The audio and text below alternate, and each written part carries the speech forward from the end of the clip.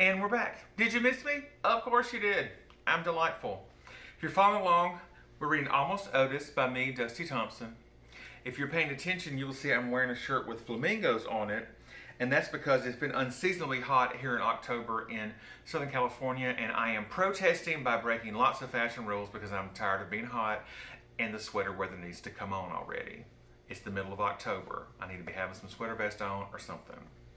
Anyway, if you're following along, we're on page 256. The blog dated Saturday, June 22nd, 2013. 20 questions minus 12. Very recently, I am loath to admit, I was not the shining beacon of Christianity you have come to admire. It's true, I'm a really good Christian. It's not unchristian to brag about that, right? Anyway, those who bore witness did not see Jesus in me, to be sure. It wasn't so much what I said or even that there could have been choreography. I believe some people refer to it as gesturing. There was simply a loosening of my self-imposed limitations for public displays of my unhappiness. Other than the occasional forced wrangling of a wayward server at a dining establishment, I am usually free of anything bordering on pedestrian behavior. And I'm not talking about persons in crosswalks. I'm talking about the hoi polloi, the other people. I'm not a snob. As you may or may not know, I'm not a fan of bicycles, and more specifically, bicyclists. So much so, it sometimes causes me pain. Now, I would like to say before you get all out of sorts, I do not hate bicyclists. That would be unchristian. I even have some very close friends who are cyclists. However, were I to come across them on their velocipede, because I am apparently British, I would want them to get out of my way. Mind you, I don't want anyone to die, I just want them off my streets. Which is really hard here in Long Beach because we have all these bike lanes and we're one of the bike friendliest cities in the whole wide world. And I have nothing against bicyclists, just, bicycle on. But stop running stop signs. It's the vehicle you're supposed to stop. And if you run one in front of me, I will hit you. And it'll be your fault because you're breaking the law. Anywho, the main reason is I cannot stand the fact they are selfish. They can't decide if they want to be a car and share the road or something far more criminal and ignore stop signs and traffic lights. See? They're still doing it. Here we are, 7 years later. At least the motorcyclists who weave in and out of traffic state their obnoxiousness through loud tailpipes and or ponytails. All you see of those blasted cyclists are skin-tight clothes and weird little helmets. For those outfits alone, they should be punished. I can assure you no one wearing spandex should be allowed to do so. Those who have the body to pull it off don't seem to feel the need, at least in Southern California. I have never worn spandex. Because Spanx is not spandex. It's spelled differently. But take out the DE. See what I did there? Yeah.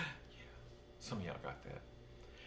But as I am feeling like a benevolent chronicler, I will give them a free pass as I have other questions to share, dear readers. And some of those would be, number one, why do I get weird songs stuck in my head when I hear my father whistle? And I don't mean weird as in, did he make that song up? I mean weird as in, why on earth is he whistling Little Drummer Boy in June? And why does it make me think of Janet Jackson's Black Cat?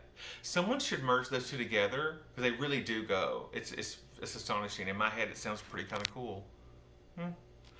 Why does my father ask me if I brought any leftover butter beans when I come home after Friday night happy hour where I go to eat inexpensive food whilst my posse drinks it up?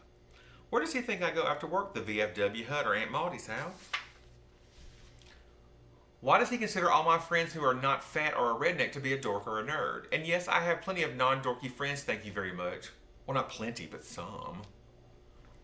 Why does he insist on wiping his spills on the counter/stove/table with his hand, not a paper towel or a dish rag, and even then only half-heartedly? Has he decided the only way for me to be able to remove him from my house is because he is literally stuck to the counter in the kitchen? Like the tomato seeds and strawberry juice which typically reside there until I come home from work to do housework? Did I mention I also walk to work uphill, both ways? Why does he insist on sharing the murder report from a town across the bay, Oakland, and pretend it's for our little town, acting as if this sleepy haven of wealthy older folks is dangerous? It's Menlo Park, for goodness sakes. It's the bedroom community of San Francisco. Facebook is a mile away, people.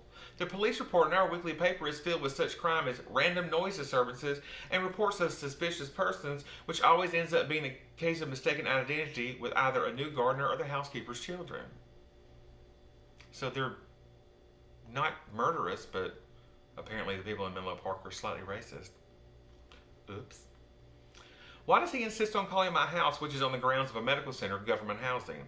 I know it is in the literal sense, but you know what he means. And no, I don't know why it bothers me so much. Why can't he remember that even though both the woman who cleans our home and the woman who cuts our hair, also in our home, are named Clara, but they are not in fact the same woman? One is 23 and pregnant, the other is at least 50 and clearly not pregnant or even chubby. He can't seem to tell them apart. I do miss Clara. We do have somebody that cleans our house here, but nobody cuts our hair in our home, and as you can see, I need a haircut. Looking a little ragged. On that note, why did Haircut Clara say to Lulu on her first visit to our home, "Do you smell my doggy on my hand?"